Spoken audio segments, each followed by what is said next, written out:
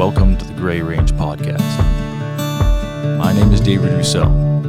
We're going to explore the poetry of how we live, how we learn, and how we find our way along this strange path we call life. If you're curious about people, their stories, and all things savage and wonderful, then join me on the Gray Range.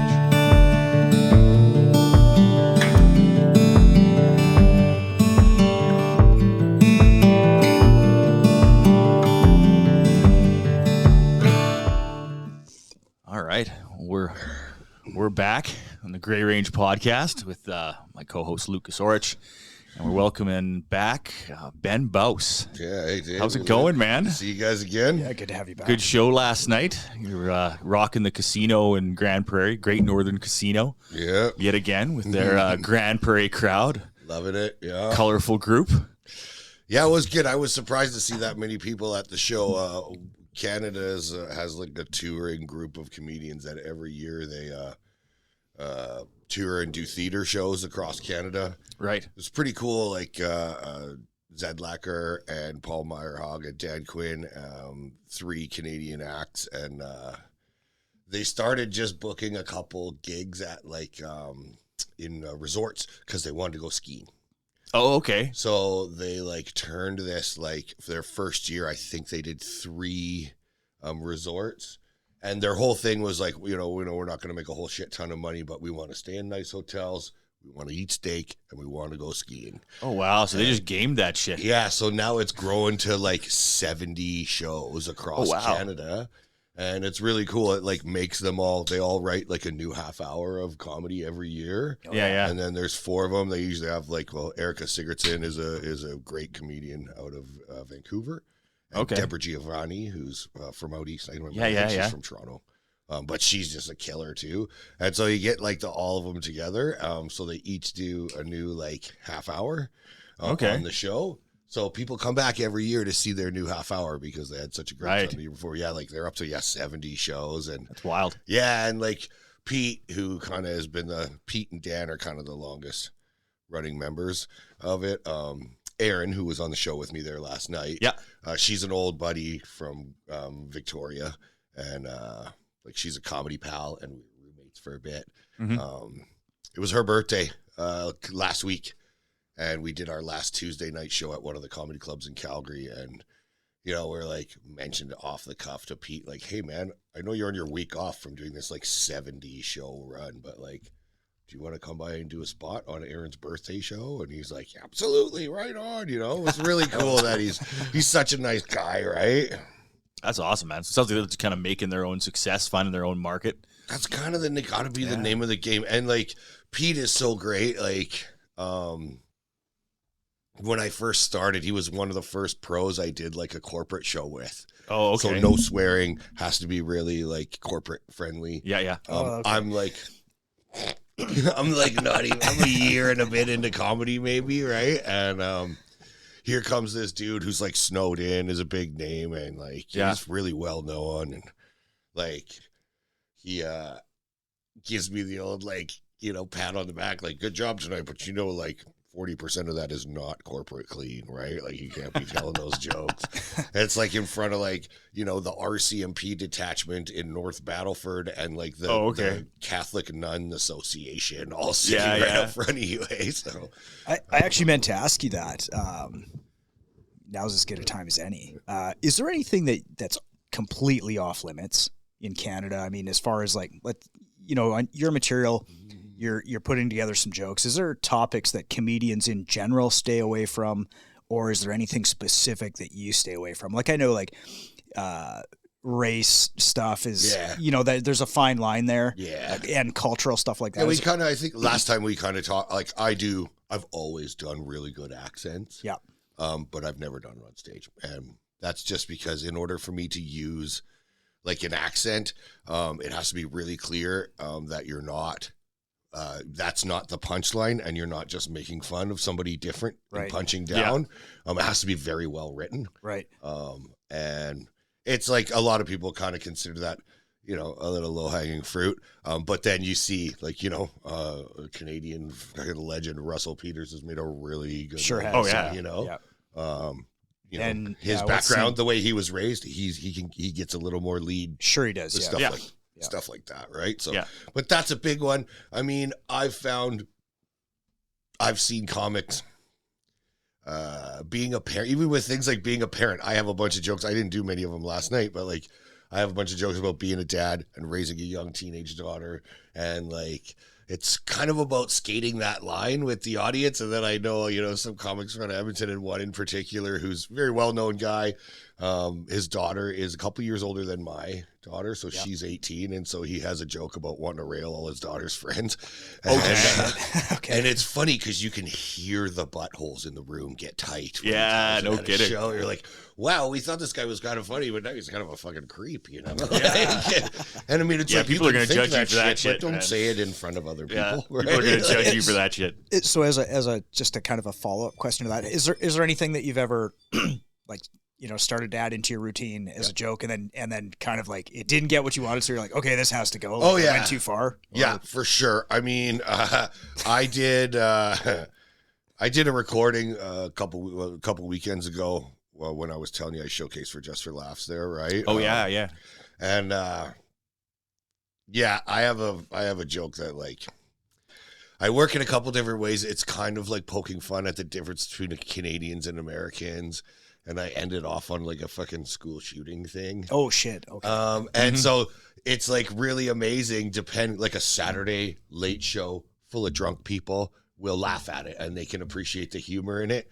But like the Friday, we just got off work and went for dinner and came to the comedy show. Yeah, the happy hour crowd. Typically they don't. They're not on board. Hey. All right. So there is stuff like that. I mean, it's been a really weird week in Canadian comedy, like for the last 2 weeks. So I don't know if you guys are familiar. There's like a Canadian traveling kind of Canadian comedy team, Sam Walker, Uncle Hack. Oh yeah, the Danger Cats. Yeah. I was reading about that. I follow most of those guys on social media. Yeah. So it's been an interesting week. They are. And so like Uncle Hack did his first stand-up set on my show in Edmonton about 4 years ago. Oh, He had been doing the online stuff, and he's like an ex-pipeliner, right? Yeah, he's an oil field guy. Yeah, and you know, I mean, so he has a really great following for that with them. I did their webcast even during like COVID. I went over to his head office there and did their podcast a couple of times. And they're funny dudes. They're a bit edgelordy, right? And that's kind of that's their thing, is they appreciate, or their fan base, I guess, likes that they fly that close to the sun, and in some cases right into it. But they put out a shirt 2 weeks ago, about a month ago or whatever. It was on their website, and the shirt has a picture of Robert Picton on it. And I was kind of interested in your thoughts on that. Yeah. So, and then the caption is "Hookery smoked bacon." Like, oh shit. So I mean, it's tasteless. It has no tact. You're absolutely right. Aside from the fact that the joke itself is about taste. Yeah, well, that's it. No kidding, right? Punchline.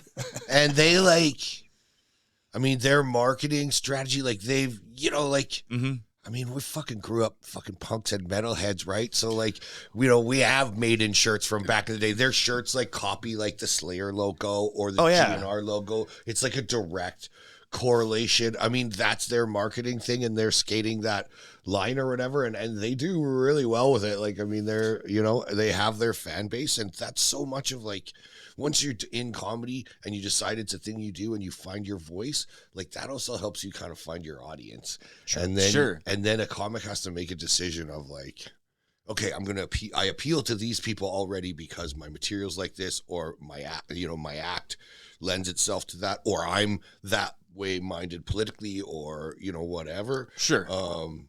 And then you kind of have to decide if that's good for you, or if you're like going to alter your act, alter your stage presence, alter your material to try and.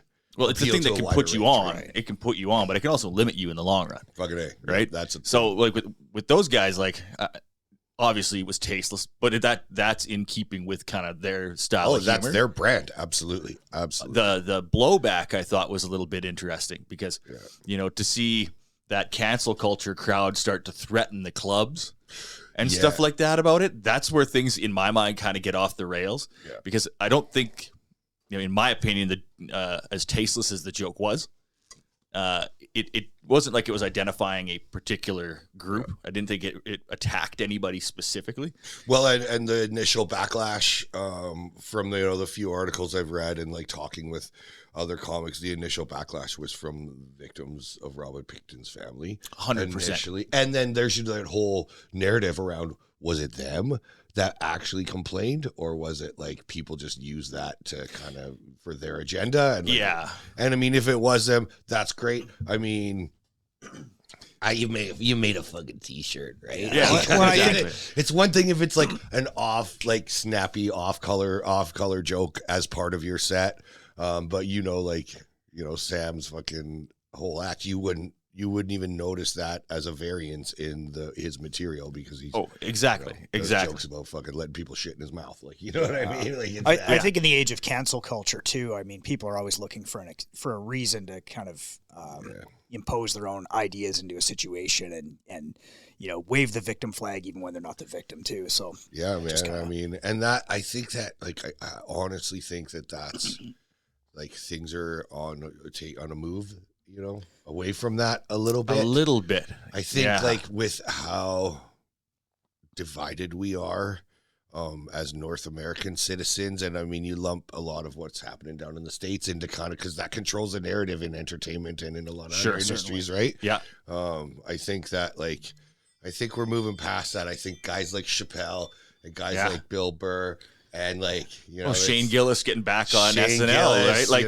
that monologue was not his best work. No, but he took it to a couple of places that you have not seen that type of comedy on SNL in a long time, right? And but then you look at the Weekend Update stuff and Che writing jokes for the other guy. Those guys kill every time. And I mean, I die listening to that stuff. That's probably been the best part of that show. Yeah.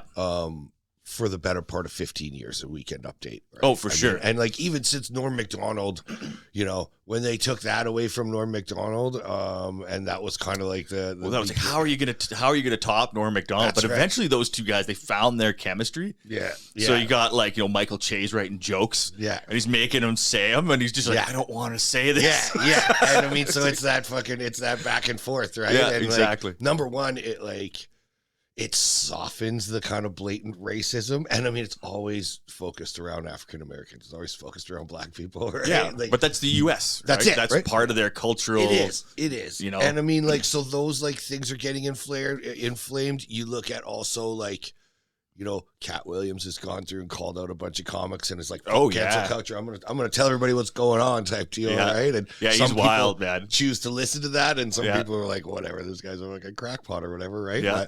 But, so all that, I think the pendulum is kind of, not gonna full swing back the other way, but I think that I don't know, dude. Well, I think people depend on comedy and that frontier as a place to it's we need an open space for ideas where people can say whatever the hell they want and get away with it. And it's done in a professional manner because it challenges the narrative and it challenges ideas and it gives people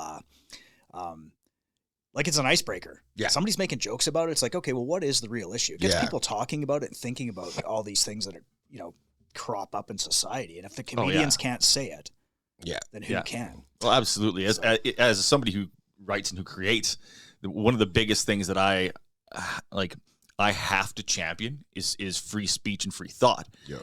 And as much as I might not like what someone else thinks or what someone else says, I have to defend their right to say it and do it because the bad ideas are the ones we need to identify. They're the ones that need to be out in the light so we can go, okay, that guy believes this wild and crazy shit that's totally wrong. Yeah. And now we can deal with that. Yeah. But if we try and censor it and push it underground, it's just going to fester and exist forever. And those kind of things never go away.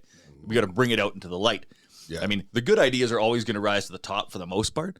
And then the moment we start doing the whole compelled speech and curated content and stuff like that, it's inauthentic. It doesn't sound right. It doesn't look right. Like you see that it starts to crumble. That's what's happening with the mainstream media right now. Sure, and with comedy, when people are trying to force jokes down a certain line, down a certain narrative, you can tell. Yeah.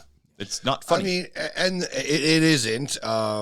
I mean, there's a couple different schools of thought when it comes to comedy. I mean, it's like anything else. A person who's on stage who has clean material that everybody can relate to, that's well written and funny, as opposed to, you know, a snappy off color joke about frickin', you know, Robert Picton or whatever, right? Yeah. So what the school of thought is that one is a lot harder. It takes more skill.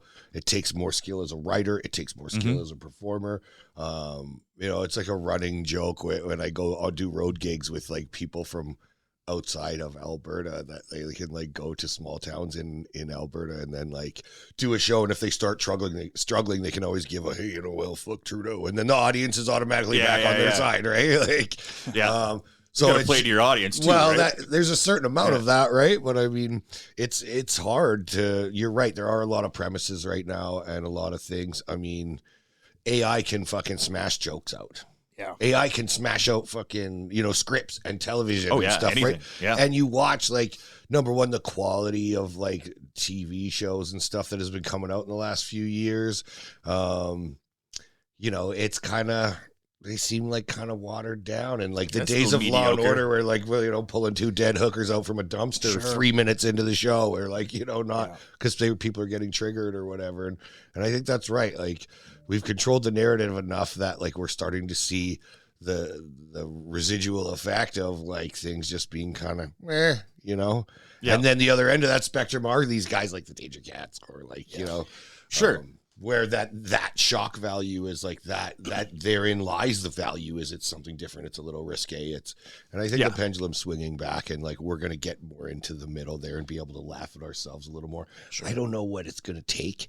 I don't in the world, like I don't know if it's gonna be you know, who knows? We're divided, right? Like this whole left wing, right wing in our futile fucking democracy based on a fucking monetary system that is not on anything tangible. Like we're fucked. And I think that like we're slowly realizing that we're fucked. And then it's like, yeah, well, we're fucked. We should be able to do that stupid accents on stage then or something. Well, it's kind of the whole, if you're just waiting around to die anyways, you may as well have some fun. That's right. Yeah. That's right. Live it up. Right. And I mean, I don't know. It's like that's definitely something that I think we're in my daughter's adulthood. So my kid's like, you know, 16.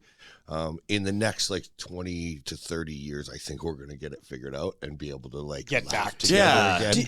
I was going to ask you too. Have you ever had somebody like come up to you or approach you afterwards and just like because they were flat out offended? I mean, in today's because people with cancel culture and everyone's feelings are hurt all the time. Yeah.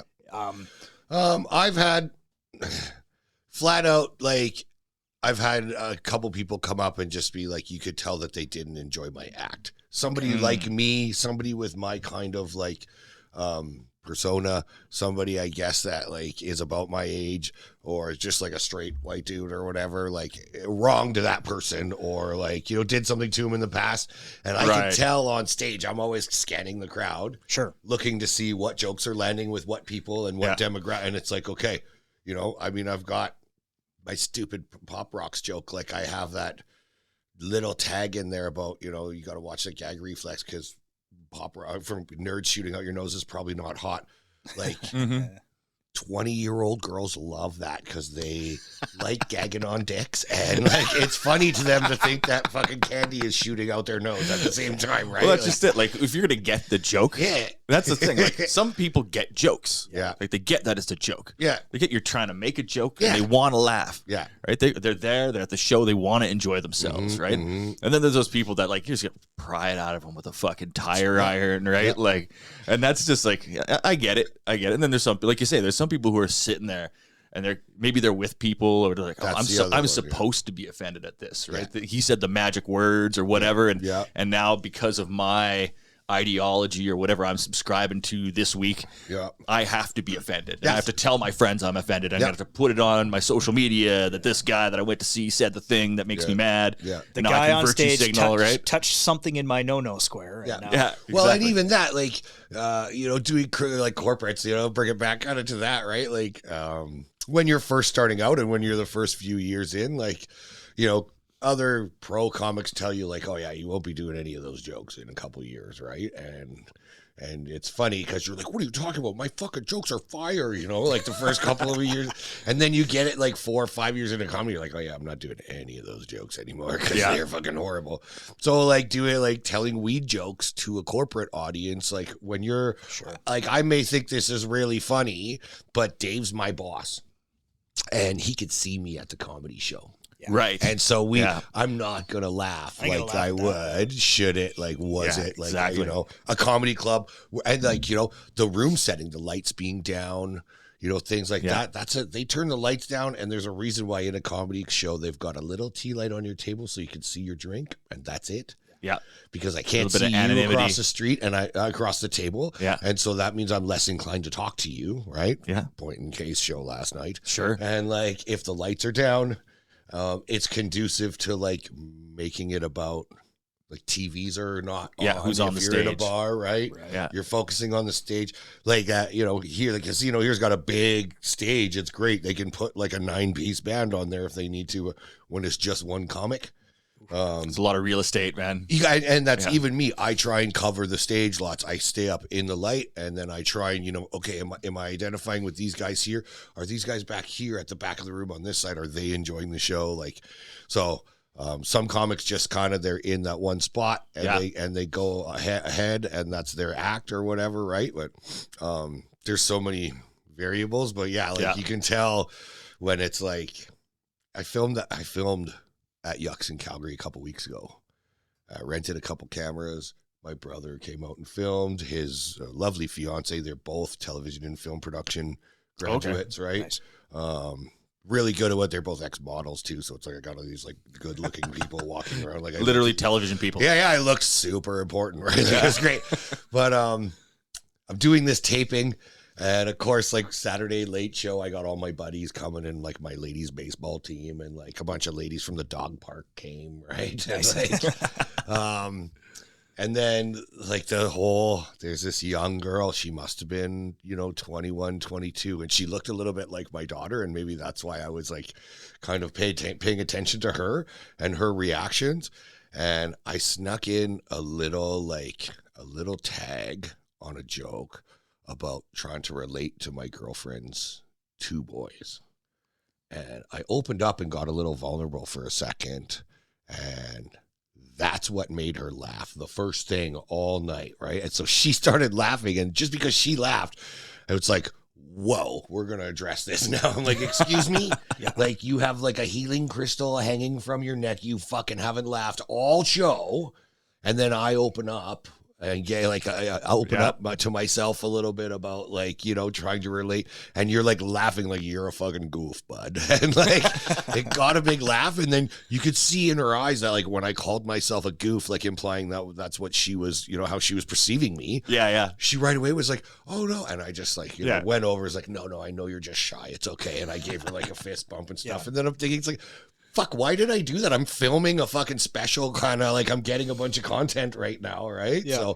So I have like a gag reel of a bunch of hecklers and shit. Later on that show, I mean, that I have a joke about getting my hip replaced, and there's an act out, and the audience has to be like listening and quiet. And then if I do this act out, it's like, it always does really well, eh?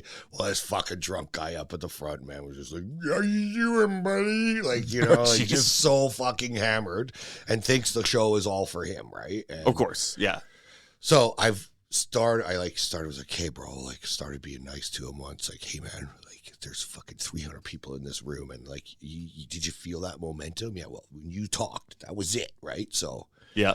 And then 2 more times. And then finally I was like, buddy, we'll talk after the show. Like, so you're probably going to be fucking passed out on that table though, right? You're so hammered. And that kind of gets a bit of a laugh from the audience. I'm like, somebody give this kid a fucking key bump so we can talk after the show, right? Like, that got a bigger laugh. And then it's like you have to shut him down, but nicely.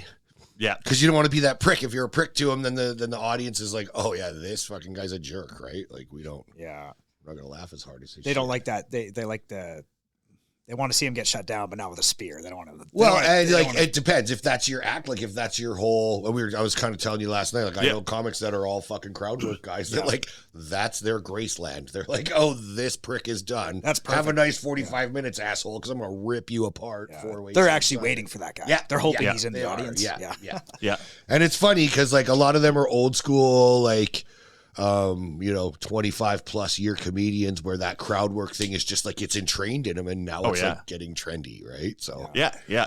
And I think TikTok and like a lot of like the social media culture is like contributing to that because people are putting out their best jokes, right? I go and like see larger name touring acts, people that are like just kind of blowing up. I go see them at the comedy club, and they're doing their material that you see on TikTok.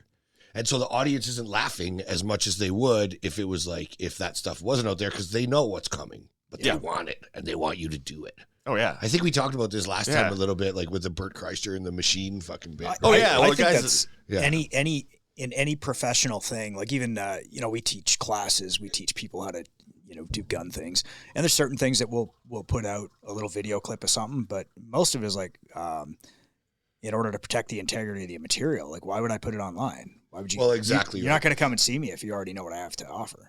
No, and I mean, some of it is like it's a teaser or whatever, right? So you got to do a little bit of that. Yeah. I mean, it's a delicate balance or whatever, but I like me myself, like I started, like I've been filming my stuff for years, and I have like this catalog of footage from the last 7 years of me doing comedy, but I haven't put anything out on YouTube. And I talked with the Just for Laughs talent scout about it, because he's like was explaining the importance of that if you want to get opportunities in Canada and trying to build. It's one of the only ways you'll ever build internationally in Canada, because Canada, the whole country, is still a small market. Yes. It's one U.S. city. I know. Right? Like you could be the most popular guy in Canada. It means nothing. Yeah. It's California, 38 million people. Exactly. Yeah.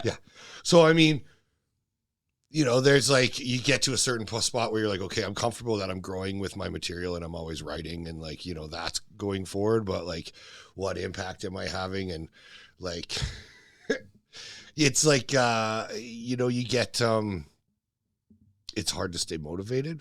So, and also I get super self-conscious, right? Like, I talk to the audience about that in my act, about being like the fucking, long curly hair and big boobs and fucking going to Grand Prairie Composite High School and getting beat up by the Cowboys, and they called me Pat and stuff like that, right? And I played on the fucking football team, right? Like, so I'm trying to write into that to give people a glimpse of that's kind of where my voice is coming from a little bit, right? But it's hard to be vulnerable. That's so important. Like, it's one of those things that I think the really successful creators can do, is they can expose that little bit of their own vulnerability. Yeah. That opens up the audience a little bit. Mm-hmm. And then you can kind of take them on the journey. That's right. Because the moment once they open up a little bit, it's like, oh, okay, now we're talking to each other as human beings. That's and now right. I can kind of take you on whatever journey I'm going to take you That's on. it. Right? And I mean, that's part of it. So I mean, my point being is like, I've amassed all this footage and clips and like have this like reel of like just me dealing with hecklers. And I actually have so much footage now, like I can take you through a joke in its infancy where I've tried it the first couple times on stage. And then, couple sets in the, a year later or 6 months later where I'm still working on this joke. It maybe isn't in my like club set or whatever. And then now like full shot, 3 cameras, great sound. Yeah. And like the joke now is as tight as it's going to get and just fucking just hitting. Right. Yeah. So, and that kind of shit's interesting to people. It is, right? To see that kind of evolution, yeah. Especially people who are like interested in comedy, people who, because like myself, I've been interested in comedy my whole life. Mm-hmm. Like when I was a little kid, my parents worked like multiple jobs, and one of their jobs was like a Saturday night cleaning gig, and I'd be at home by myself. Like they worked the whole night, so I'd get up after they went to work.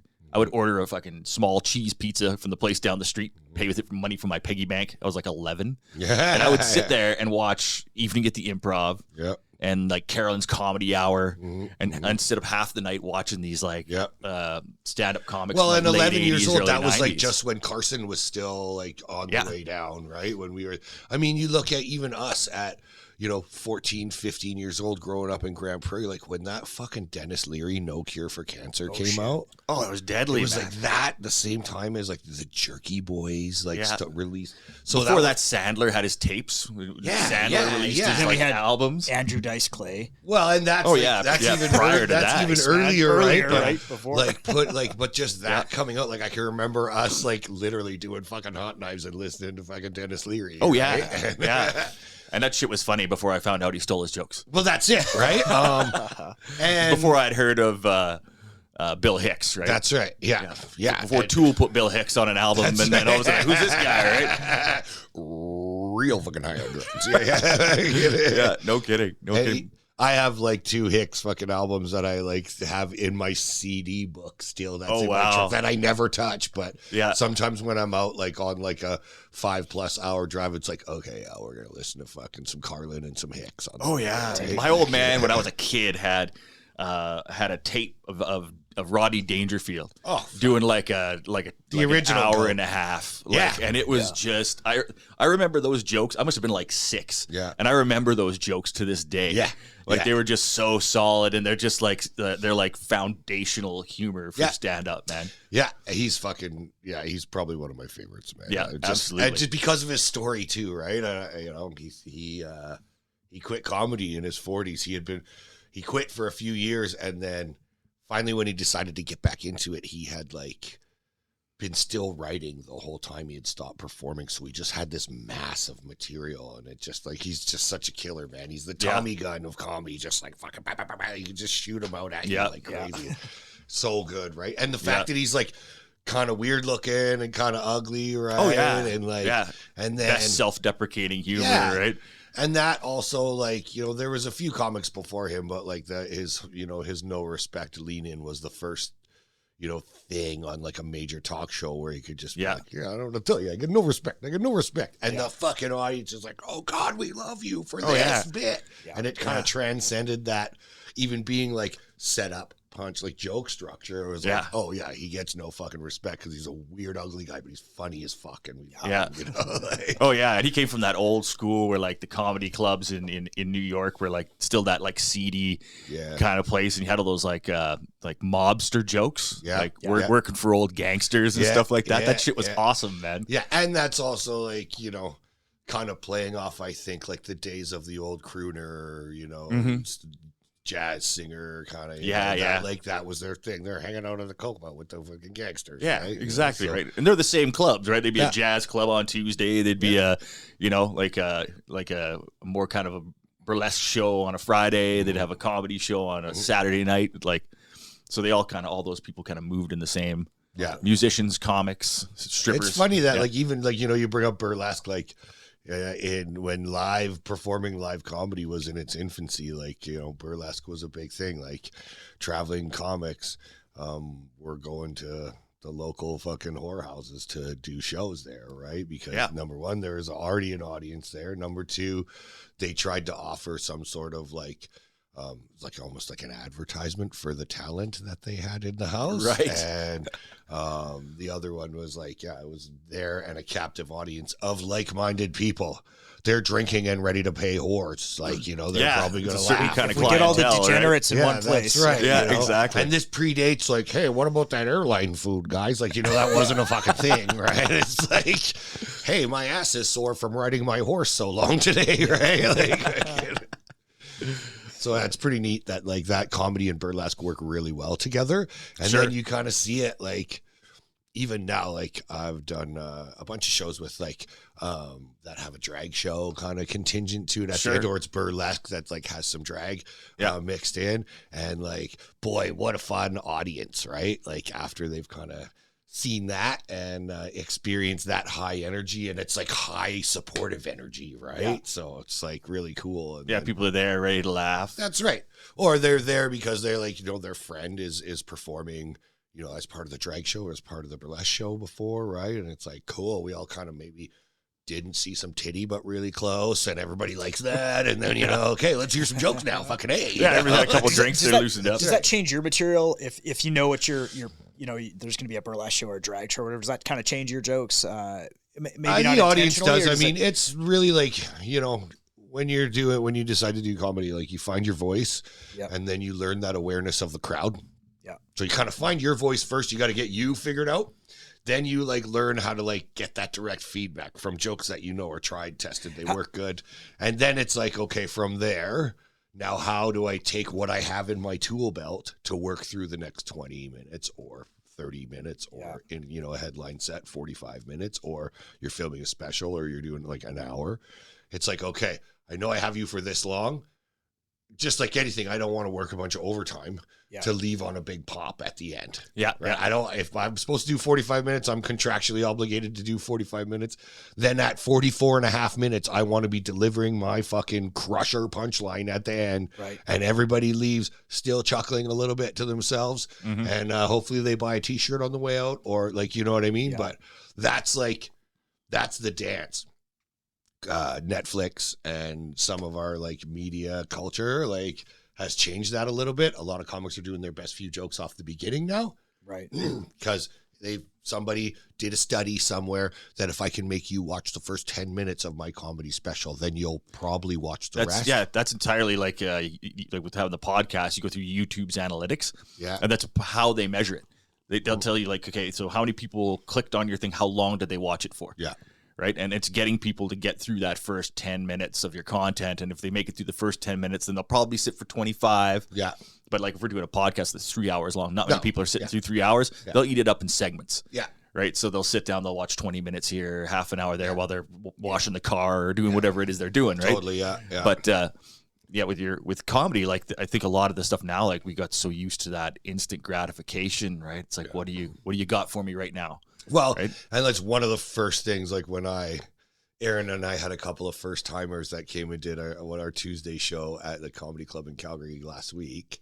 And it's like new comics or people that have done their first set. That's the first two pieces of advice. I tell them, get a laugh the first 15 seconds. Yeah. Even if it's something fucking waka waka stupid, like get them to laugh in the first 15 seconds. Cause that's like, after that, if they're not laughing yet, then it's weird, And then also take the mic stand out and put it behind you right away. Because, like, that's a barrier. Even though it's a skinny little fucking pole, man. Sure. A percentage of the audience is like, oh, God, he didn't move that out of the way. And now that's in front of him. And, like, and then I've seen other comics lean into, like, Andrew Crone is a comic out of fucking Kelowna, man. And if he ever comes up here, I'll get him to come to your podcast. He's one of my favorite Canadians. He's just a skinny little fucking... He looks like a fucking skinny wizard, this guy, right? Like, big beard, awesome guy. His material is like, his stage presence is great, but he's a skinny little dude. But he takes the mic stand, puts it beside him, and it's just like, okay, guys, just so we're clear, comedian, mic stand. Comedian. Yeah, exactly. And it's just a little thing like that gets them that pop 15 seconds off the top, and they're like, oh, fuck.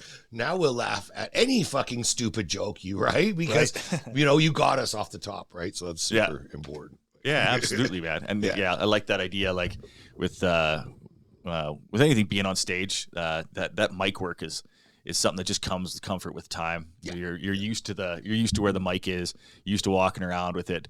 You can tell right away that someone who's had experience on stage, because they're comfortable with the microphone. They're comfortable, able to move around, and it's not that thing where they're just standing in front of it. My wife does her thing, and you see people kind of, the young kids or whatever kind of standing there in front of the microphone, and it's terrifying. It's intimidating to them. Yeah. Right? Yeah. It's cute. It's cute when you're in the crowd. They come out like, hi, my name is... Life hasn't kicked the shit out of them yet. Yeah, well, even adults. Like we get people coming in here who they want to be here, but you put a microphone in front of them, and all of a sudden it's like, uh-oh. Yeah. I'm in unexplored territory. Yeah. I've never heard my own voice on tape or whatever, right? And then they loosen up right away. Yeah. But it's one of those things. It's a skill like anything else. You got to get over it. Right? It is. I mean, like, last time I came here, when you guys had me out, it was a lot of fun. We were a little bit rushed last time. Yeah, we're a little totally short for my time. fault. But then I went and did the show at the casino that night. And the gentleman that I had opening for me, Zach Wiggins, very funny kid. He's kind of up and coming, so he's like 2 years in. Okay. He's got, so that means, you know, I asked him to do a half hour. He didn't have the half hour, right? So yep. I had to do about an hour and 8 minutes. Okay. Which is fucking. There's still jokes in the coffers, but like, you know, there's a reason some of those ones are in the coffers, right? I usually like, sweep that corner out. That's right. You know, and you know, there may be some jokes that are, you know, 75% of the way there. They need some punching up or, you know, something. But it's interesting, like, you know, like, oh yeah, I go do the podcast, like talking with those guys. It's great. And then I go out there and there was some fucking drunk fracking crew. Oh yeah. Right in the front. Yeah. And I was already like feeling a bit rushed from like coming into town and then busting over to your place and then going back to the hotel and getting showered and ready and running over there and stuff. And so I was already kind of, this opener, you know, he's got some jokes about kissing dudes and how he like, you know, was questioning his sexuality. And they're funny jokes, you know, like about you're gonna land in front of a frack crew in northern like, Alberta. So, guy took me home from the bar, and I'm paraphrasing his joke, but I took a guy home from the bar and we're making out for a while, and finally the guy just stops and looks at me and is like, "Are you sure you're gay?" Right? And then I had to tell my sister, she's like, you know, I had to tell my sister, I don't even think maybe I'm not gay. And she's like, no, just maybe that's just not your type of guy, right? So I'm fucking making out with all these random dudes now, right? Like, which is great. And like in a more major center, that joke does really well, no matter where given the audience, right? Yeah, and in Grand Prairie, these fucking fracking guys were like, oh, what? Fuck this guy. Like, I don't like him. And so he, like, you know, after 22 minutes, got off stage, and then I'm like, so these guys start buying me drinks, and eventually they're walking on all my punchlines, right? And the lights are very high in that room. It's very bright in that room. So I kind of just like the whole show frustration of it being loud and my jokes not hitting, you know, like they would, and these guys walking on my punchline. Eventually I just fucking sat on top of the speaker and started giving these dudes shit. Like they were on my construction site, and I'm like the foreman being like, listen, boys, fucking, we gotta, you know what I mean? Oh, like, yeah. So I'm trying to like give these guys my best Don Cherry, rock'em sock'em, like shut the fuck up, right? And I'm like, God, you guys, and I'm holding the microphone and I bash myself in the face with the microphone so fucking hard that my lip starts getting fat, and I've got about at least another 10 minutes. Oh shit! Right? So, and then after the show, Zach is like, oh, hey, man, like, I'll send you, I filmed your set for you. I'm like, oh, gee, thanks. I want to relive this experience over and over again. Now I'm thinking, like, after doing the podcast twice, like, maybe I'll send you that clip and you can cut it out and be like, this was Ben's show after fucking the last time, right? Well, that was something I was actually going to ask you, like, because we had you on before. Yeah. And, you know, obviously it was like a comedy of errors. We had like cameras going down, and we were rushed for time and all that kind of thing. And then, but what made you want to come back? Like, you saw the episode. Like, I'm in the point right now where we've done, say, a dozen of these things. Yeah. And I'm kind of feeling it out. I mean, constantly trying to improve every time. That's it. That's it. And that's the thing. Just like anything else. I mean, I've done, like I said, I did the Danger Cats podcast a few times. Like I did some podcasts when I lived out in Victoria 5 years ago, where people were like, oh, do you want to come, you know, sit in on my podcast or whatever? And I mean, that's, it's all like, it's like anything else. You do it more and you work it out. And plus, like, you know what I mean? We had such a tight group of buddies for a few years here back in high school, and it's like that's a time in your life when you're so like molding and shaping who you are and your, you know, your political views in the world, and you know, it's really your formative years. It is, and you're what you think you know anyway. That's right, you know, and it's because your head's up your ass most of the time. Pretty much, but that's just like, you know, I don't. One of my favorite things, I keep coming back to Graham, and those shows are, you know, sometimes they're battles. Sometimes you drive 8 hours from Calgary to come up here and fucking fight with a fracking crew for half your fucking set, you know? But I do it because, and it's like this one isn't like, I want to keep this booker. I respect them. They've been booking in comedy for, you know, a really long time. Yeah. And so when they get a juicy, good show and say, hey, Ben, like, I appreciate you're up in Grand Prairie for me, you know, twice a year. I'm going to put your name in for this show here. And like, as long as nobody complains from that show, then we're good. As long as I show up on time, do my job. I've had this particular agent took time to sit down with me when I was new in comedy. Okay. And had a coffee with me and was like, look, you're not that funny yet, essentially, but you're a respectful person. You're friendly. I know I can count on you to be on time. Those same things that help with any job are transferable to everything. Yeah. Right? Right. Success looks like success no matter what you're doing. That's right. Work hard, be on time, treat people with respect. Yeah, and those few, like, you know, you get up, you make your bed, and at least you've made your bed that day. Like, you know, that kind of mentality, it works in all facets. So this book, and so I do this, and my boss said the same thing. He's like, how much do you get paid for that gig up in Grand Prairie? And I'm like, okay, tell him. And he's like, I'm like, yeah. And then if I bring an opener, I have to pay them. You know, we're driving the old, that's why I bought a fucking EcoBoost, because my gas mileage isn't bad in my truck. Right. Yeah, like, and he's like, you know, like, if you stayed and worked the day, and it's 2 days because I got to drive back there today, right? Yeah. You'd make more money, right? I'm like, yeah, but I do this to maintain a relationship. So much of construction and my 9-to-5 job is relationships. And like a lot of comedy is relationship based as well. I know that like, everything is really. Yeah. And it's like, even like, you know, the difference between like a club manager, if you show up 5 minutes before a show on a Friday night and ask for a guest spot, you're kind of a douchebag.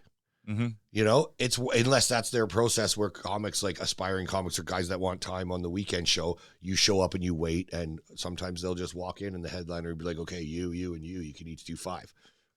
Sometimes that's their process, but if, like everything else, if you really want that guest spot, you'd be there 15 minutes before the show. Yeah. You know, and you'd be there ready to go, and your hair's combed, and you're looking decent, and you don't look like you just fucking took your lips off a tube paper and your eyes are all droopy, and like some manager's going to send a super high comic out on stage or something, you know? Like, look the part, dress for the fucking job you want, right? And if that means on the show, then be there early and be professional, right? So 100%, man. It's like so much of that is transferable, but like, you know, that was kind of why this booker was like, look, man, I mean, I'm sure they're making money off me every gig they send me on, because that's the name of the game, right? Yeah. But she knows that if I say I'm going to be at the show, I'm going to be at the show. I'm not going to cancel the day before. I'm not going to, you know, barring me being super ill or something, I've committed to doing that show. I'm going to be there to do it. The staff is going to remember me, and they're going to like me because I'm polite.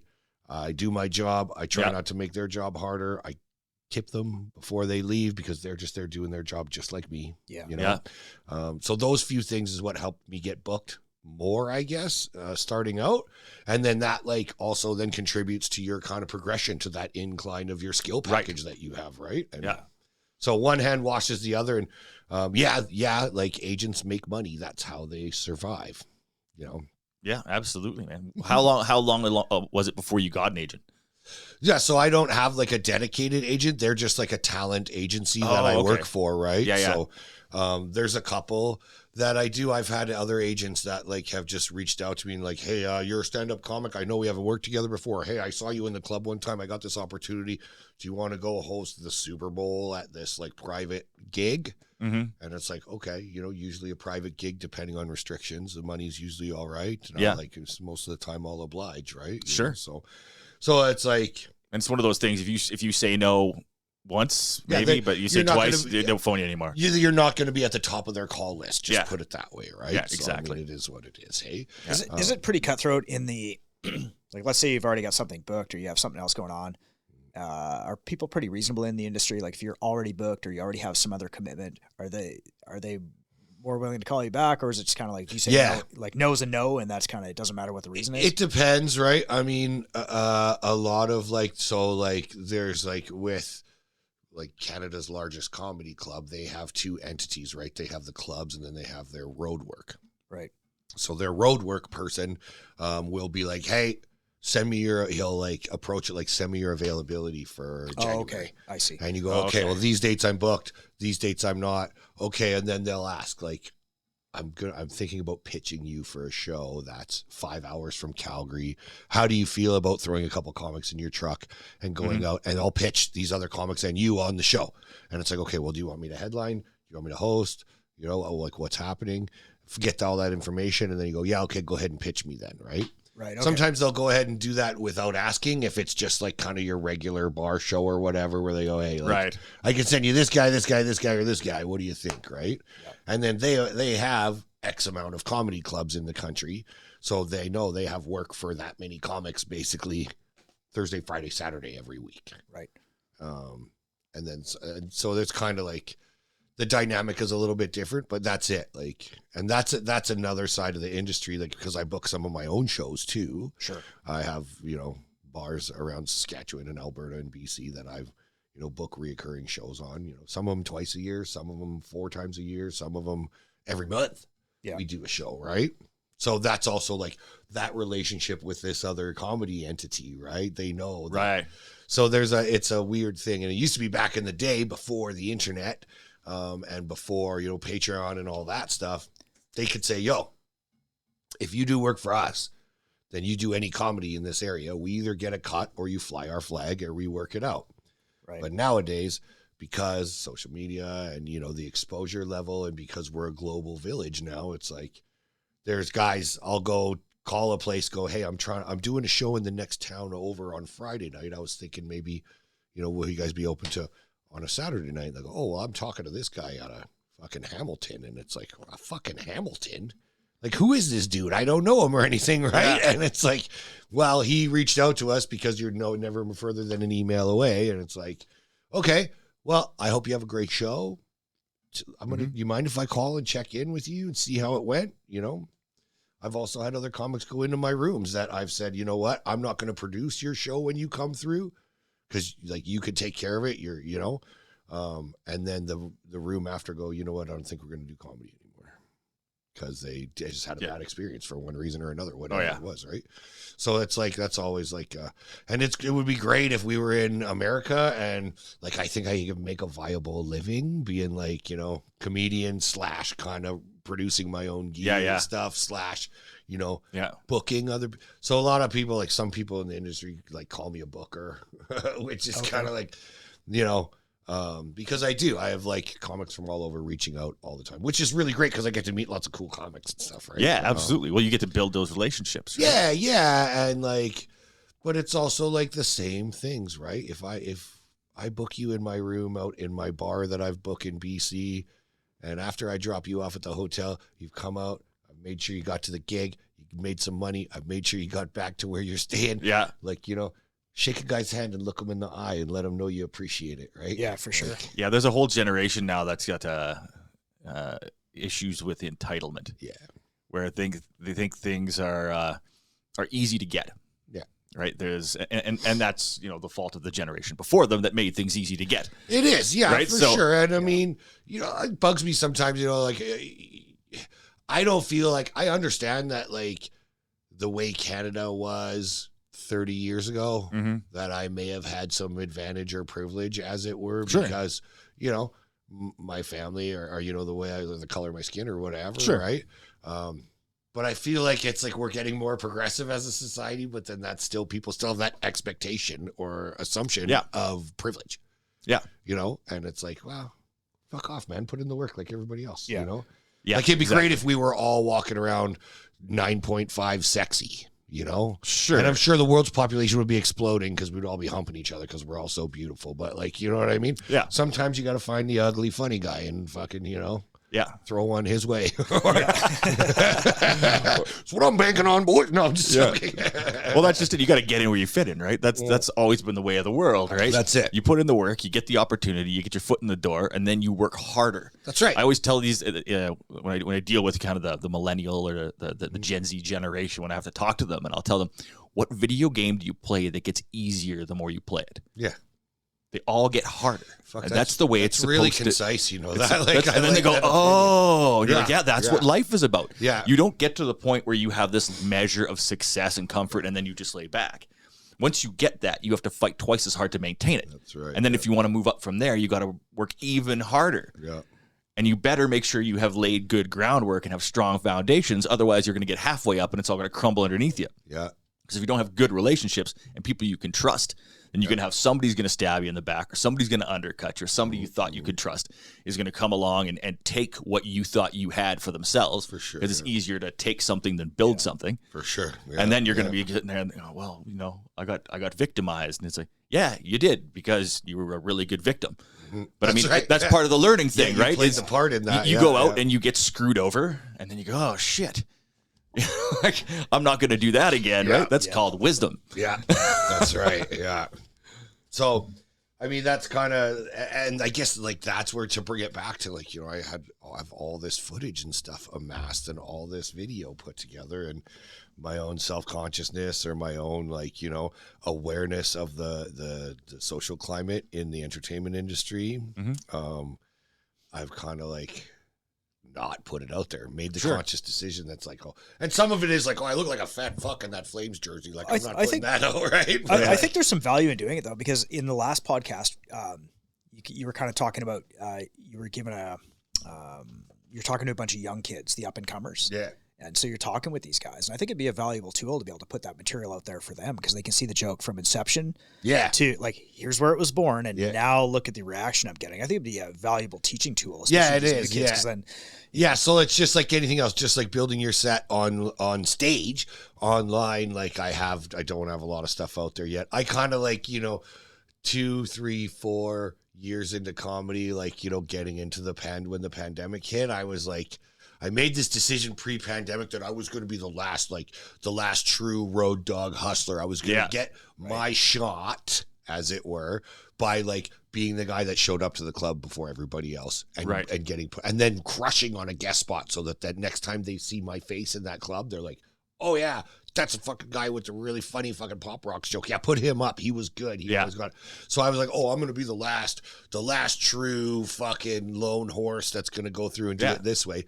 And it's just not feasible in today's time. There's nothing wrong with that, but I mean, you don't want to limit yourself. That incline is going to be fucking less. Yeah, you're the only guy on the job site with a handsaw, right? Well, that's it, right? Yeah. And so that's a good analogy. Like, if you're not using the tools that are available to you to that end, then at what point are you being ignorant, right? Yeah. So I talked with the Just for Laughs scout about it a little bit, and I talked with some other Canadian comics that are like successful and living in LA and working in the States and on cruise ships and shit like that, doing comedy. And I'm like, explaining to them, because they come to the club and they see me fucking like do my 25-minute middle set, and like it's good. Now I think it's good, like, sure. And they just kind of go, oh, like, what's next for you? What are you doing? And people come up to me and go, I don't see anything about you online or anything. And my Instagram is what it is. I try not to include my work. 9 to 5 shit on it a lot. I'm the same. And I'm like operating under the same name, right? Like if I had to get another job at a larger organization, I'd probably have to like use a fake name now at my real job, instead of. Well, I think there's some of that too. Like I do the same thing. Like I separate my extracurriculars from my professional life. Yeah. I think that any organization expects that to a degree. I don't self-censor, but I also try not to be an idiot. Yeah, well, that's right. It, yeah. Like there's a whole bunch of like you said, one hand washes the other, right? Yeah. You're not going to bite the hand that feeds. Yet, anyway. That's right. Yeah. Hey, man. Who knows? There's always that dream where one day you're going to burn it down. Start getting some hits, maybe. Then, totally. One day I can just burn it down and walk by the light of my burned bridges, but that's not tomorrow. That's right. It's not today. See you later, guys. Yeah, no. And that's just it. Like building those relationships is all part of it, and not burning those bridges is how you're going to get successful. Like, but I think when you're in that entertainment industry or you're building any kind of content, having as many vectors for people to access it as possible is there. Yeah. The only thing is that one of the things that I'm learning over time is how to make it unique, like how to make it not the same content as everybody else. And I think that's kind of on the path that you're on, where you're looking at all this stuff that you've got. It's like, okay, how can I deliver this in a package that doesn't look like what this guy look at my shirt, right? Look at like I started selling some merch, right? And I got to a juncture where I had to, like, I know that I'm like an Alberta raised fucking, for all intents and purposes, fucking male, straight, all the things that, like, everybody thinks is standard about being Canadian. And so I started looking at like feedback or roast jokes that guys had written about me, or, you know, conversations in like the car with other comics on the way to the gig, and went, I have two choices. I can lean into it, or I can try and be smart and write around it.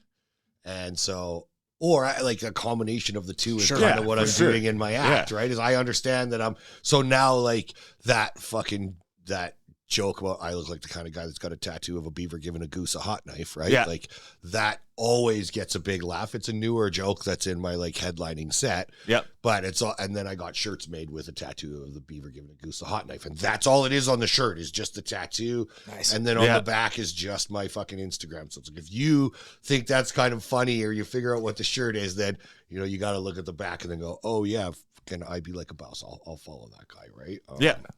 So it's like, you know, not sleight of handy, but it's like more like you're saying, cards on the table. That's my thing. And so that joke kind of grew from other couple jokes that I like were doing comparison jokes about myself. And like when I like in Grand Prairie, when I stand up in front of 200 people and go, guys, I know what I am. I know what I look like up here on stage. Yeah. The audience is like, well, yeah, you're fucking basically me, like most of them. Right. Yeah. But if I do that joke on fucking White Ave in Edmonton, it just that setup fucking crushes. Yeah. Because like, you are a fucking old white 40-year-old guy. You're not supposed to be here. Yeah. You know? Like, therein lies. Well, I'm not supposed to find you funny. That's right. Is the thing, right? That's it, so all of a sudden you're identifying that with that taking that like we do a lot of identity politicking. Yeah. And when people all of a sudden when I build a bridge and to somebody who doesn't share my background or maybe doesn't share my interests or my ideology, and they go, oh, we're alike in this way. Yeah. Yeah. Right. And then all of a sudden that barrier can come down a little bit and we can have fun together. Totally. Right?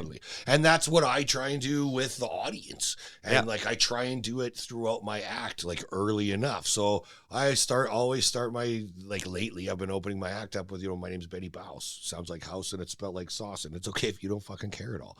Because I'm telling them it's okay. You don't know who I am.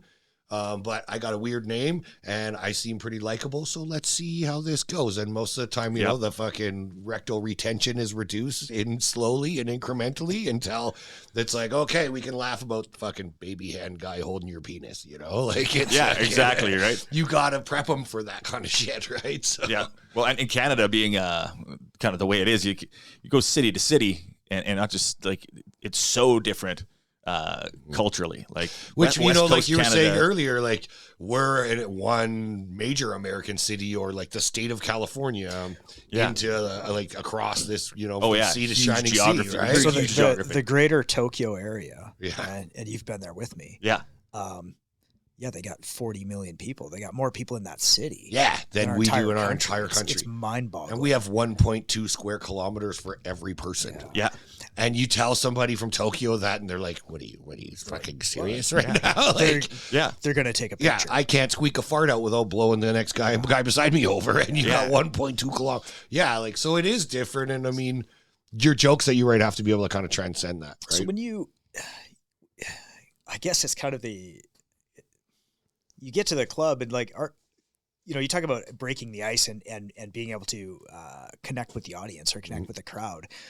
Man, I would think maybe it's counterintuitive, but like all these people came to be entertained. Is that like, is everybody in the room here in Grand Prairie paid whatever they pay, $15-$20, whatever it is for that fuck to get in that room. But fucking 12% of them don't give a fuck and don't want to listen. And you have to work hard. Yeah, I suppose, You just work hard for that last 12% of the audience every time. I suppose, It just seems counterintuitive. Like if I pay to go to a show, like when you pay to go to a movie, you go, you pay your money, you get your snacks. But you know as well as I do, like you can be like, we've been on some pretty, high-end training courses with some very high-level instructors, and there's always one dude who's there to teach the instructor what he knows, show off what he knows, right? It's like, dude, we're all here to for the same reason, except you're here to get your ego stroked. Right. I mean, either that, I guess it is stroked ego. I mean, now that you're saying that, I'm thinking back to like, 25 years in construction and going to take like safety training, and like, it's the lady who like was the security guard at the potash mine for 2 years. And the next thing you know, she's a construction safety professional and she's trying to teach you from her book. And you're like, you know what? Like, we're going to wreck your day today. Cause like, this is not, and this is like, you know, some of it even pre-comedy where it's just like, oh, no, I'm going to fuck with you a little bit. And I'm sorry ahead of time. Yeah, that's right. Yeah. And I mean, like, you kind of deserve it, but like, so there is that coefficient to every show too, is like that person who thinks he's funny, or, you know, like even my fucking friends, dude, last 2 Saturdays ago, I had one dude, I don't do the joke about him anymore, but like I started calling him Skippy when I met him on the job site. We went to trade school together, first year, second year, third year, fourth year. Casey and I went with him, same class, second year, third year, fourth year.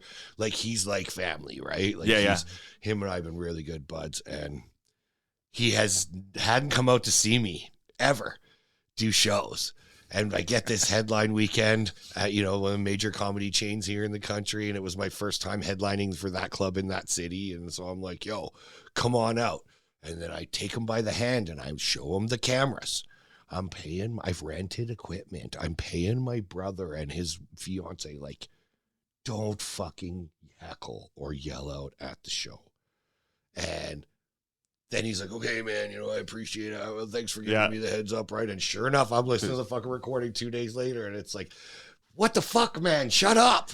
And then I call him, and I'm like, bro, I'm listening to this shit right now. Like, I talked to you specifically. He's like, man, I had fucking like 3.5 grams of mushrooms in me. There's no way I wasn't going to, like, I was so happy for you, and I liked the joke so much that I just wanted to, I couldn't control myself. And it's like, fuck, Skippy, man, you know? Sometimes your best friend's your worst enemy. Your biggest adversary at that point in time, right? And so, like, even in my act, I have one spot where I asked, you know, does anybody else here make their money in the construction industry? And he pipes up, and I just was like, fucking Skippy, I'm not talking to you. Like, you, my you know? Like, I know you. We know each other. We spoke earlier. You know? And then it's like, there's just like a happenstance that like there's nobody else in the audience that makes their money in construction that wants to like put their hand in the air, right? So like, well, fuck, I guess I got to talk to fucking Skippy then, right? Is it worse then? So if the heckler, is it always worse if they're in the front row taking up or does it really matter where they are? It doesn't. Like, a heckler is a heckler, man. It doesn't matter where he is. It doesn't matter where he is. Here's the thing: if they're centralized in the room, then whatever they're kind of trying to add into the joke, the more, like, the larger percentage of the audience is going to hear it. Okay. So if you A, shut them down, or B, you know, include them. Like, there's a strategy to deal with everything, right? Just like, you know, it's just like if you're fucking out in the bush hunting and you know, stumble on a grizzly bear, it's fight or flight. So you're either going to make the guy your friend, make him your first enemy, or you're going to fucking, we can't run, so then we got to get him kicked out. So then you got to look at security and go, get that fucking piece of shit out of here, right? So that's still like that same fight or flight, and sometimes you guess wrong. Sometimes you go, okay, well, maybe we'll play with this guy a little bit, and then it's fucking... I suppose that comes with time. Do you feel like you read people pretty well as far as hecklers go? Do you have a pretty good, like, whether it's going to be fight or flight? I mean, hecklers fall into categories pretty quick, and I've been lucky enough. I've never had anybody like rush the stage or take anything I said super personally. I do know comics that does happen that have, you know, I know guys that have had fucking shot glasses whipped at their head, you know, which is shitty.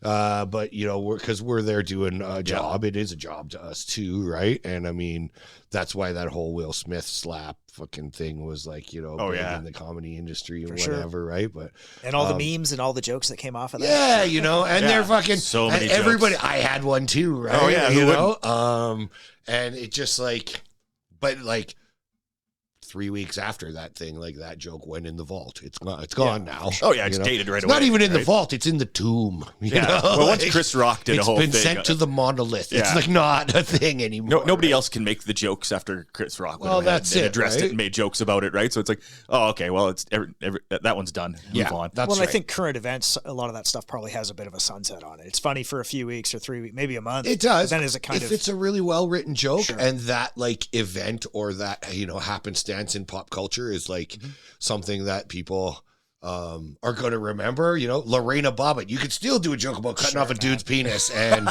like call it the Bob fucking effect or something, right? Yeah. And I mean, unless you got a super young crowd who doesn't remember that news story or whatever, you know, even like. But even then, you get to enlighten them about this fantastic right, time in human history, where half of like the police force there was out this looking for a fucking severed feminist penis. out there, and she was the alpha feminist. She was the queen lioness. Yeah, she took the penis right off. Yeah, so you know, there was actually search and rescue. There was the dogs out there and everything. Yeah. Looking for this dude's wang. So they were all singing the Oscar Minor Wiener song while they were looking. You know? From a demographics point of view, the would you say is there a certain age group that you see at your shows most? Like, or is there a lot of like younger kids, like 18, 19, 20 kind of coming into the clubs, or is it like 30s and 40s? Is there like that's one thing at State for comedy. Like there are a certain contingent of people that are just comedy fans, and that's regardless of age. Okay. But like, you know, it's kind of starting, and like, you know, 7 years in, and I'm trying to like sound like humble still. But like I do now, I've had enough people after shows for the last couple of years have come up and shook my hand and said they really enjoyed my act. They really enjoyed my material. That next time I'm in town, they're going to come and see me. And so I'm just kind of starting to get like return. Yeah, your own following. Back. Yeah, because, you know, unless I built a McDonald's in your town and lived there for fucking, you know, 14 weeks, you probably don't know who I am, right? Or unless you've come out and seen are they from like all age groups and categories? Or they're just like us? They're a bunch of Gen Xers that are like... It is, the majority of that is like, you know, Gen Xers. So I kind of am doing some jokes now about bridging that gap between millennials and Gen X and poking fun at some of the differences and stuff, because that identifies with both sides. For sure. Right? Oh, yeah. And, you know, we're on the cusp in between those two things. Like, we're the coolest fucking generation that has happened. Absolutely. And we all know it. Yeah. Like, we know it, right? Yeah, exactly. We and can bridge that like gap. We still know the value of hard work and stuff like that. Yeah. And like, we're not the Starbucks generation, right? We did not have cell phones when we were kids. No, and thank fuck. Oh, yeah. I don't want pictures of all the shit that I was doing back then. That's it, right? Yeah, that shit doesn't exist. There's no evidence. We were talking last night about fucking somebody being on mushrooms after the show, and we were hanging out, and it just like brought me back to like, you know, being fucking 16 and walking around Grand Prairie just covered on mushrooms for the first time and being like, this was fucking, my life was like so fucking great, right? Like, it was safe enough. You could just wander around at night. Yeah. We had like a group where it was like, we all looked out for each other. We were in a smaller center, so it's not like we were worried about, you know, a carload of fucking people that, you know, were going to roll up and start fighting with us. I mean, not to say that there wasn't those people here, and I could probably tell you the names of the dudes that we used to like be like, oh, is that dude at the party? Okay, watch your shit. But like, there wasn't a lot of that, right? And so it was a very pure kinda. For sure. And there was like, I think I'm never one to look back. Like I don't want to bring the old days back. I try to look forward, but there are some things that when I think back into that time, I laugh about. Like just recently here, we're having some drinks with some friends, and one of my friends is kind of, you know, mid to late 20s. Oh, yeah. And we're playing music upstairs, and I'm like, oh, here's one for you. So I put on Supernaut. 1,000 homo DJs. And he's just looking at the screen because the screen says 1,000 homo DJs on it. And I'm like, you couldn't release that now. No, right? But then it was very, you know. I was here. Yeah, exactly. It's very, and he's just kind of looking at it with this puzzled expression. And I'm like, yeah, then you could literally name your group that. Yeah. And have a super hit. Yeah. And things would just move along. Yeah. Right? Nobody was offended. Yeah. You know, and then I also thought about it. I'm like, he probably doesn't understand that they're talking about like radio DJs. They're not talking about like electronica like DJs. Yeah. But like there's those kind of things. There's a kind of an innocence then where jokes were made and there wasn't this rush for offense, right? Yeah. Where you could kind of have that joke and put that out there. And nobody was offended because of it. Everybody got the joke and moved on. And if you didn't listen to Trent Reznor or Ministry or whatever, you didn't know the song anyway, and it would never, you know, because you had to actually go to the store and buy the music. It wasn't just going to pop up in some feed you had in your hand, right? It's a lost thing, man. I know. A little bit, because I went and saw Ministry the other night in Calgary, and, you know, like 14, 15 years old walking around Grand Prairie, Alberta with a fucking Filth Pig shirt on. Like these guys were my jam. And like, I really liked the industrial metal for that period of my life. Right. Like, and, you're watching out. I'm looking at the average age of everybody at the show, and it's like, okay, a lot of people are.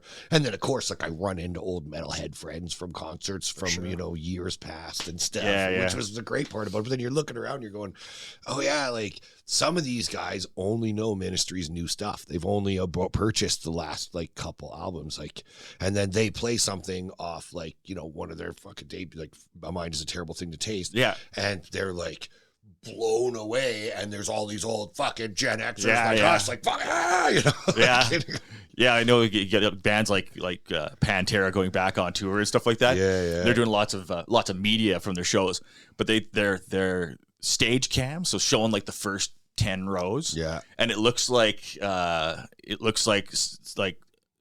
seriously like a fishing derby, or like some guy's garage sale or something like that, like NASCAR is in town or something. So all these like 50, 40, like maybe late 30s dudes that are there, and they got their kids there too. And they're like, this is what metal was back in the 90s. They're just rocking out, just all these receding hairlines and gray goatees, fucking beer guts. It's wicked though.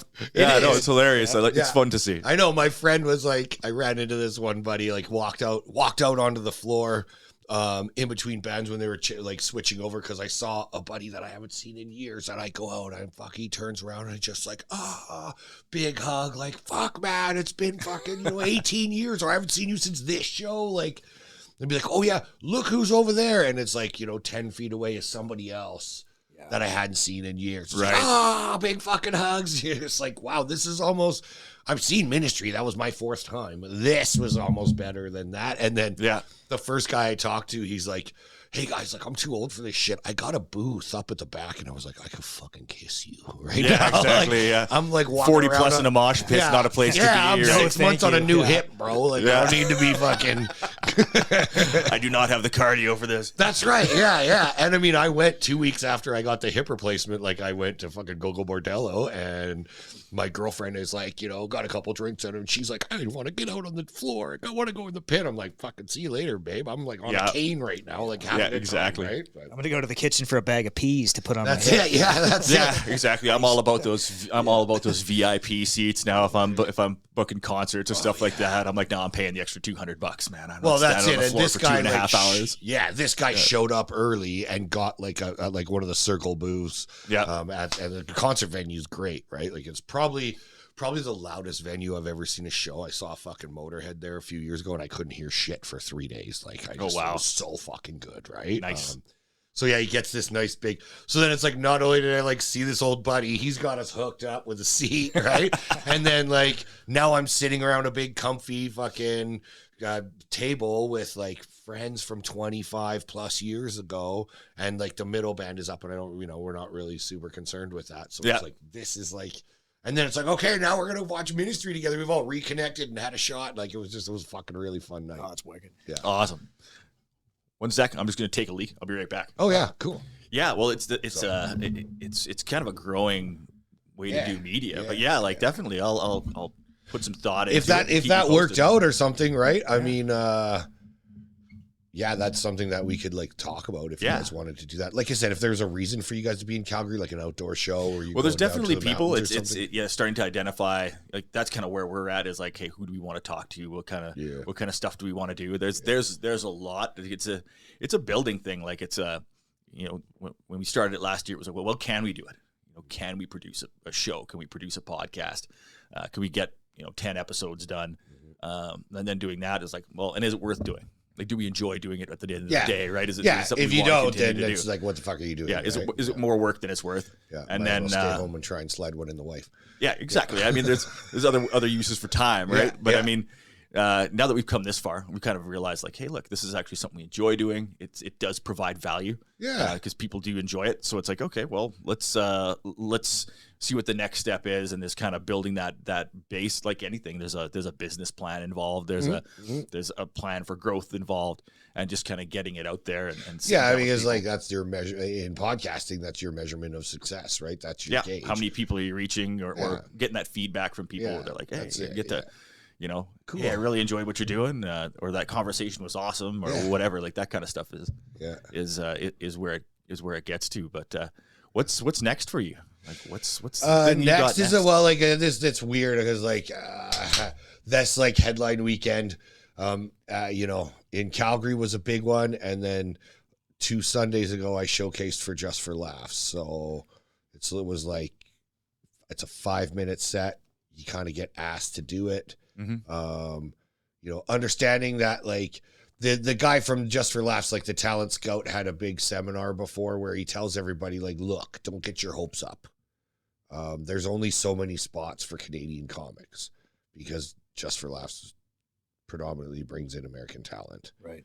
They have the New Faces show. They have some TV galas, and they have some other like off JFL shows that are like opportunities for Canadians. So he's very like key about it. Like, I'm going to see 700 comics in the 3-week span, and you're all biting for one of 30 of the spots.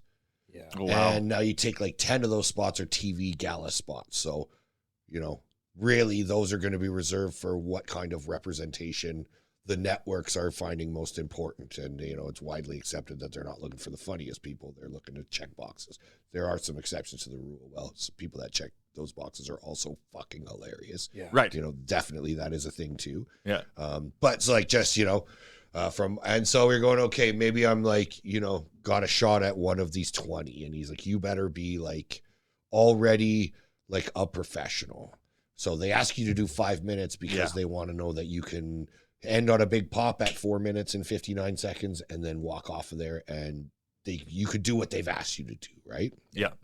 And I showcased for Just for Laughs a couple of weeks ago, and like my fucking set was fire. I took all my like good jokes, all my good, like a good setup that gets a good laugh, or, I just like, and I had been like working a lot in comedy that week to stay, be practiced and stay sharp. And then I had this headlining weekend at the club on Friday, Saturday. So 45 minutes Friday, 2 45-minute sets on Saturday. Oh, wow. And then Sunday, early evening Sunday, I had this 5-minute spot. So I just tore it up, right?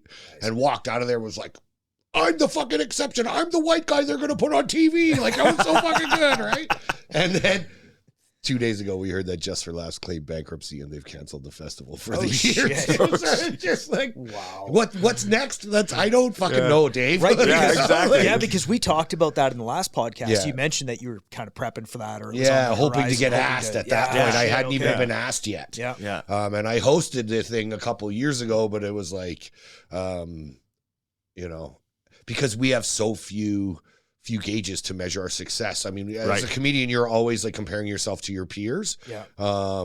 And like, that's great. And I mean, there's some guys in the Calgary scene and in Western Canada that have got some really great stuff lately. And I'm one of those guys that I'm excited for everybody, right? Like if you get a cool opportunity, or, there's a guy in Calgary just got to open for Jim Jeffries last year. There's a guy out of Calgary that got to open for Seinfeld on the Great Outdoor Comedy Festival that's been coming through, doing a new like festival swipe through Canada and stuff. And so you're like, I'm happy for those guys and everybody. That's getting a JFL credit is kind of what all Canadian comedians are working for, because then it's easier to get an O1 visa to go down to the States. Yeah. So once you can get that O1 visa, then you can go down and work in the States. And then you're in that larger market. Comedy's taken a little more seriously. But there's an actual market. Right? There is a market as opposed to 40 million people spread over, a 16th of the globe. Yeah. You got to think though, in the whole Just for Laughs circle, or whatever you want to call it, organization, there's got to be something that'll kind of rise from the ashes. Like there's got. Oh yeah, they're just restructuring. That's what they've said, and that's why I get it. I mean, COVID was hard for a lot of businesses, for sure, man. And you're there in the entertainment industry. They're also a Quebec. Well, and everything's changing. Company. Yeah. They're the actual company that does Just for Laughs is just Piprio. They're like a French company, right? And they're also a not-for-profit and funded by Canadian tax dollars. So that kind of factors into it. Also the price of everything, the lease to lease a space has gone up, exponentially in the last few years. Putting ice in the fucking ice wells at the shows so people can have a soda pop has gotten more expensive. I mean, travel, everything. Everything. So, I mean, I get it. Hopefully they restructure. It's a Canadian cornerstone of Canadian comedy for sure. And dare I say, like, one of the more recognizable things about Canadian entertainment is the Just for Laughs Comedy Festival. That's recognized internationally, right? Like, there's people in Johannesburg like watching fucking Just for Laughs gags. You know, like, so like, hopefully it does. And it's not even rising from the ashes. I mean, they had to cancel this year, and they're like, all they said is they're looking at creditors, but they've put out a press release saying that, you know, maybe next year, and that's it. Right. So the first time I kind of did a JFL show, I got asked to host. So I didn't actually get asked to do a showcase. Yeah. But I ended up doing 10 minutes and hosting and getting paid. So I got to do more time than the other comics in front of the same booker, the same talent agent. And I got paid. But then, you know, that was up in Edmonton, where it was like the absolute banger headliners that I got to be on the show with. It was like I felt privileged to share the stage with all these people. Awesome. Right? Whereas like then this lady from Just for Laughs like took a different job. Now they have another guy with a slightly different job description, same kind of mandate, but different job description. And he's like, I want to see everybody, you know, like I want to see every. So there's like a lot of people that were newer to comedy, but like have found their voice that were really great. They just like either go long because they're not professional comics yet, or there's too many and buts and stuff in their jokes where their jokes are tight. Yeah, they just don't sound confident and polished. Is that, I was kind of thinking like, you know, you talked about having your banger joke go off at 4 minutes and 59 seconds of a 5-minute set. Do people struggle with timing? Like, is that part of the art of comedy, is being able to deliver that like at the right, that whole sense of timing?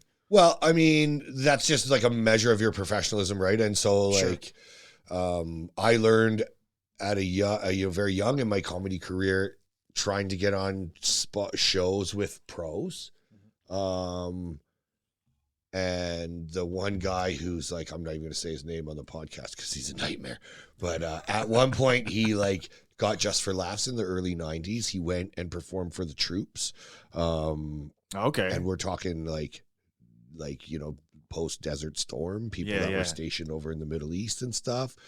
Really, really funny. Comedic genius. Very funny. But then I did a show for him in Saskatoon. It was like one of my first pro shows I was on. And he never told us how much time. Me and another upstart comic, like a new comic, somebody that I started with who was great and very funny. And we're before the show, we're going, did he tell you, are we doing 5 minutes? Are we doing 7 minutes? Like how much time?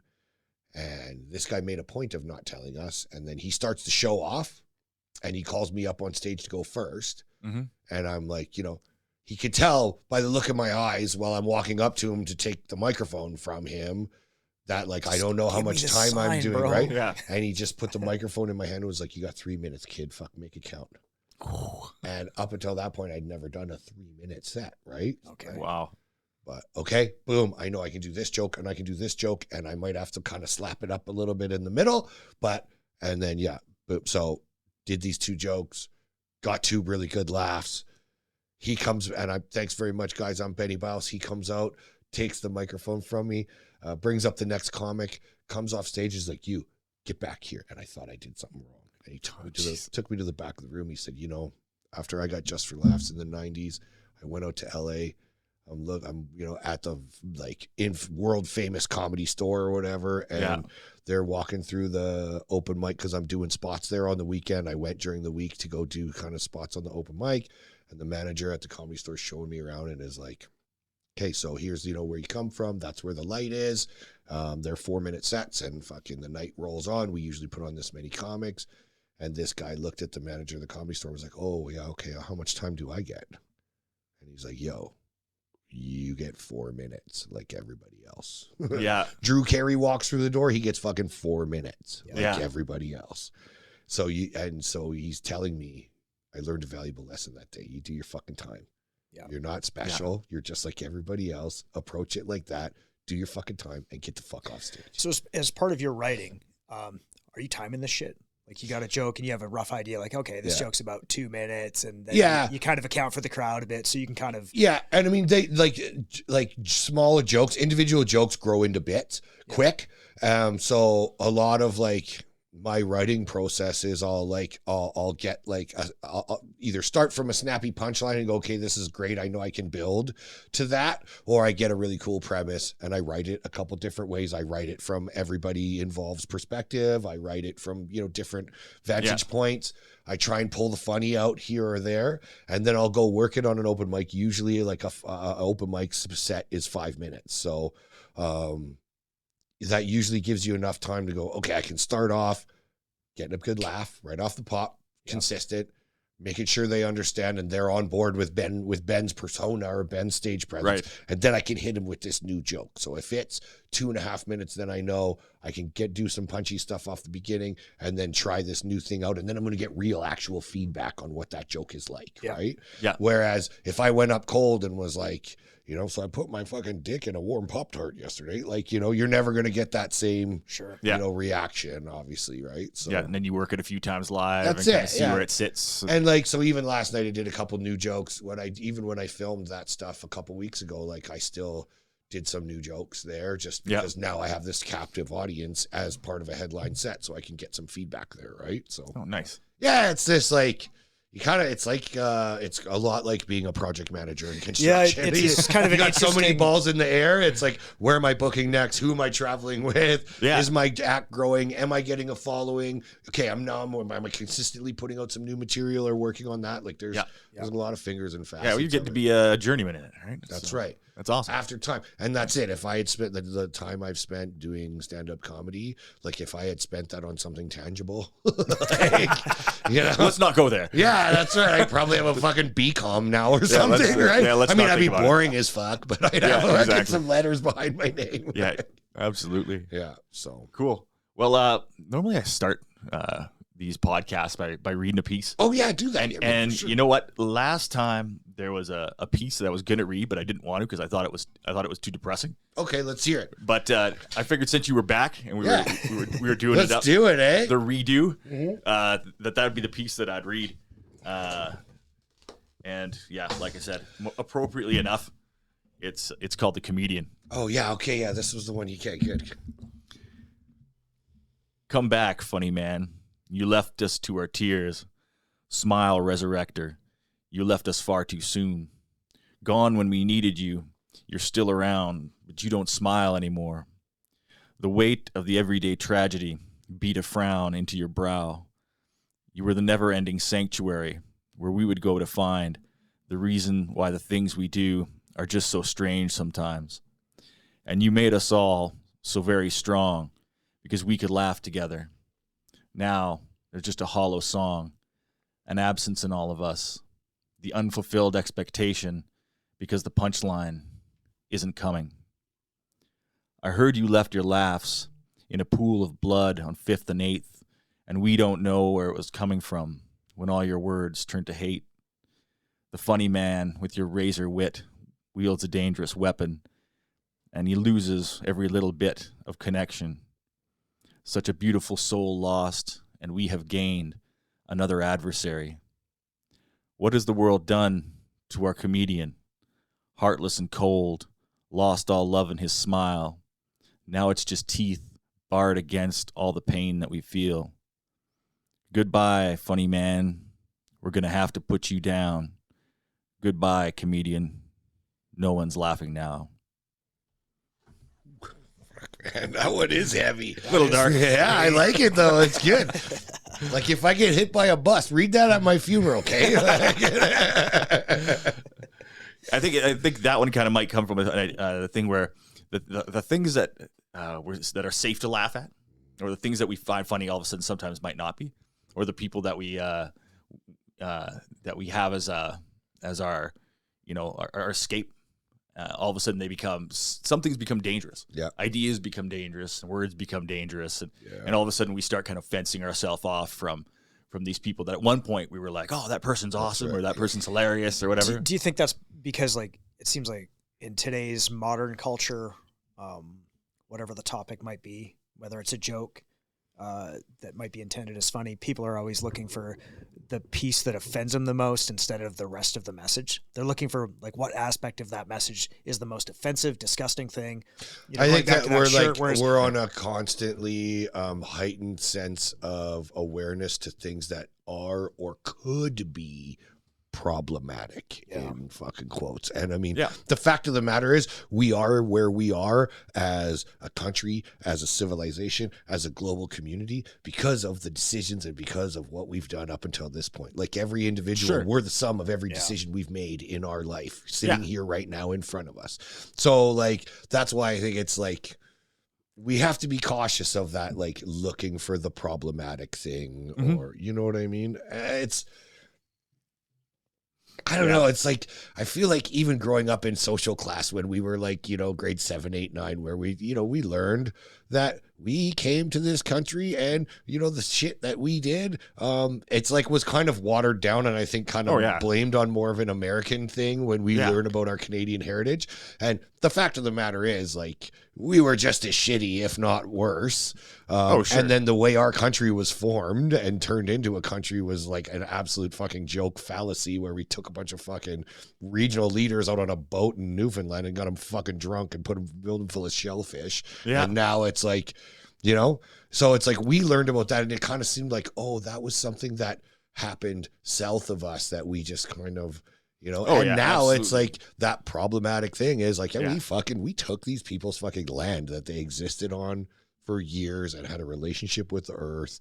And now it's like a bunch of comics I know all have like these fucking jokes like, yeah, this is how fucking us white people are. Like, we know we did that now and we accept it. And we're like, yeah, we're still going to keep it. Okay? Well, and I think, I think and that's the power of comedy is being able to like, you know, how do you broach the subject? That's like, right. Because being an apologist doesn't seem to be working. No. I mean, you listen to the radio station every half an hour, you know, this thing comes on where we acknowledge that we're on somebody else's land. That's like, right, yeah. What, are we supposed to give it back? That's like, right, Like, what is the goal? Hey, here? well, at least we got made sure they all have clean drinking water. You know, like, oh, wait. Not so much. But hold on. Right. Oh, wait, therein we lies the it's, joke. It's right? kind of, I don't know that whole, the reconciliation thing. It's like, well, it has to move forward at some point, and I don't know how it'll. It does. And I mean, even in the States, they're talking about making reparations for, you know, the slave trade and stuff like that too. And I mean, like, look, first we have to recognize that the people that are walking around here today our society may be the sum of all those decisions that were made,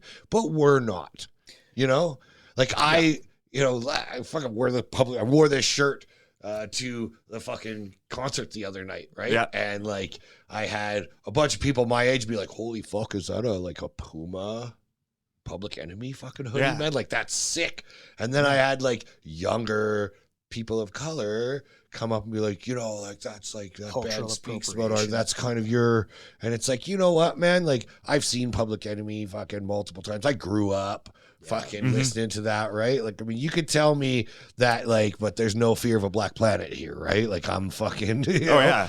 And Chuck D is indirectly responsible for everything in this book. Yeah, that's right. You right? know? Like, if he hadn't, or Jello Biafra, or fucking those other people that spoke out politically, right? Back in the day, like, that's what it means to have a voice. That's why, like, I appreciated our group of friends growing up, that like we could be silly and joke around and stuff, but then also there was like real cognitive thought and opinion. And there was some like characters for sure, but also some real like fucking stinky bearded up meddler heads with a fucking actual opinion who could put out a tangible thought, you know, right? Yeah.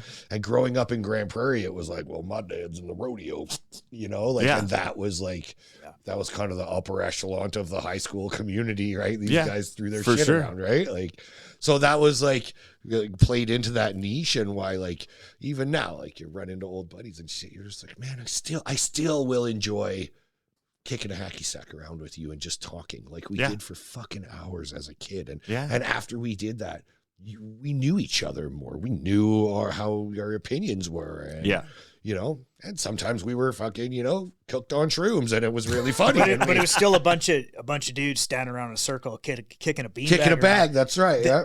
And there wasn't a phone competing for everyone's attention. That's right. Yeah. Yeah. Exactly. Video games was something you did on the weekend. Hey, I rented a game. Like when you had to rent a game. That's right. Yeah. And then you had to return it by Monday. Like that was not it. Yeah. So there wasn't as many competing interests, and spending all that time standing around in a circle with your homeboys. I mean, you form bonds. It shapes you as an individual. So I have no doubt. Yeah. And the stuff that I've read already, like, I've been keeping your thing beside my bed, and I'll open it up. I appreciate that, man. Read a couple. No, because it's interesting to me, and it's like I'm proud that you've put that out into the world. It took something, it took a decision in you that, like, you've always been a writer as long as I've known you, right? So the fact that you took the plunge and kind of self-published that thing, like, I'm like, that's cool. So I'm reading a little bit at night, and you could tell it comes from... There's another one coming here pretty quick. Good, right? So it's like, man. Yeah, but that's the creative piece. I mean, the same thing you're doing as you're creating and you're building. No matter what it is, eventually everything becomes a job.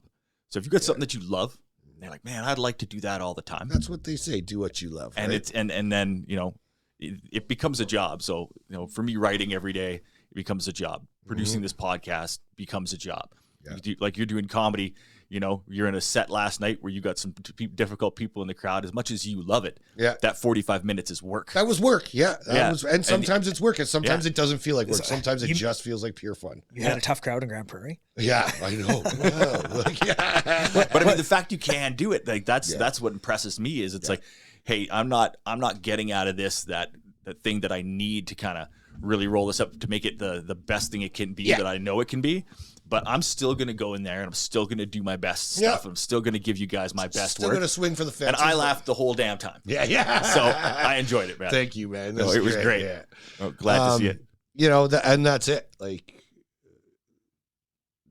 politically charged punk music, hip hop. I mean, we're in our mid 40s. I'm 43 years old. Hip hop turned 50 this year. Yeah. So hip hop only had 7 years of becoming a thing before we were in this earth. And let's say, 14 years before we were had an awareness of it.